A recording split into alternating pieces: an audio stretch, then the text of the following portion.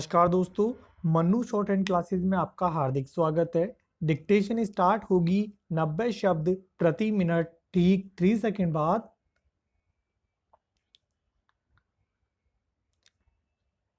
Start. देश के शहरी इलाकों में अवैध कॉलोनियों को शहरी विकास के लिए खतरा बताते हुए सुप्रीम कोर्ट ने इनकी रोकथाम के लिए व्यापक कार्य योजना बनाने की जरूरत बताई है। सुप्रीम कोर्ट ही नहीं, तमाम अदालतें बेतरतीब बसावट को लेकर सरकारों को चेताती रही है।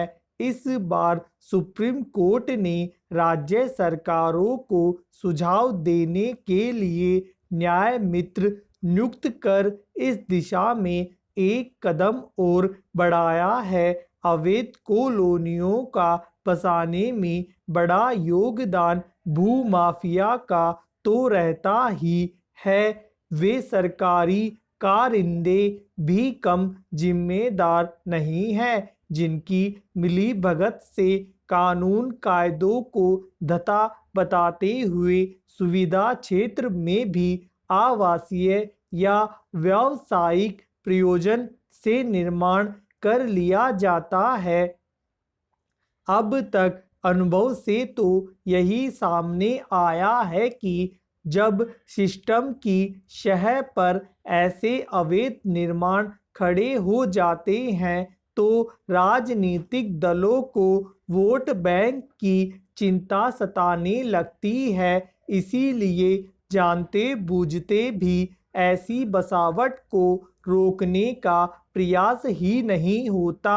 अतिक्रमण उद्योग तो हमारे जनप्रतिनिधियों की शह पर ही रंगत में आता है। ऐसे हालात बनने के लिए कुछ तो नेताओं की मजबूरी है ही। प्रशासनिक ढिलाई और ऊपरी दबाव भी कम जिम्मेदार नहीं है। सबको पता है कि जिनको चुनाव लड़ना है उनको वोटों की चिंता भी है। इसीलिए एक बार अतिक्रमण हो गया तो फिर उसे बचाने के लिए राजनीतिक दबाव से लेकर कानूनी पेचीदगियों की अंधी सुरंगें भी खूब है। कभी कभार विरोध भी हुआ तो अतिक्रमण हटाओ अभियान भी 4 कदम चलकर फुस हो जाते हैं। भूमाफिया तो अपना काम कर जाते हैं, लेकिन कभी अदालतों की सख्ती से ऐसे अवैध निर्माण ध्वस्त करने की कार्रवाई भी होती है तो फिर पिसता वही आम आदमी है जो पाई पाई जोड़कर अपना घरौंदा बनाता है। शायद इसी मानवीय पक्ष को ध्यान में रखते हुए सुप्रीम कोर्ट ने दिल्ली के सरोजनी नगर में 200 झुग्गियों को तोड़ने पर रोक लगा दी है।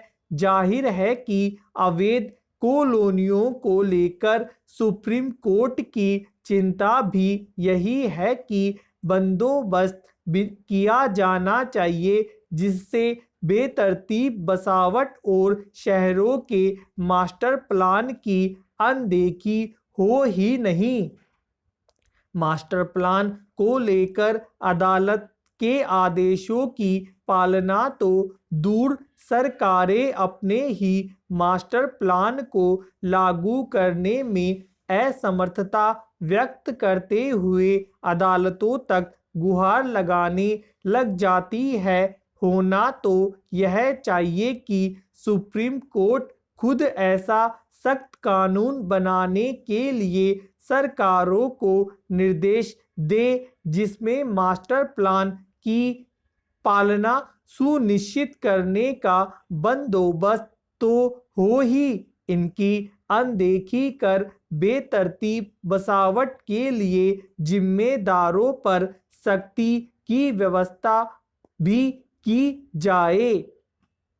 देश में आए दिन हो रहे सड़क हादसों को देखकर लगता है कि परिवहन और पुलिस विभाग सिर्फ सड़क सुरक्षा सप्ताह, पखवाड़ा या माह मनाकर कर्तव्यों की इतिश्री कर रहे हैं। न तेज रफ्तार वाहनों पर लगाम का कोई बंदोबस्त किया जाता और न ही हादसों को न्योता देती क्षतिग्रस्त सड़कों की मरम्मत की ओर किसी का ध्यान जाता। पिछले एक पखवाड़े को ही ले तो प्रदेश भर में सड़क हादसों ने दर्जनों लोगों की जान ले ली है और सड़कों सैकड़ों घायल भी हुए हैं। आए दिन सड़कें खून से रंगने लगी है। इन हादसों में जान गंवाने वालों के परिजनों के आंसू सूखने का नाम नहीं ले रहे।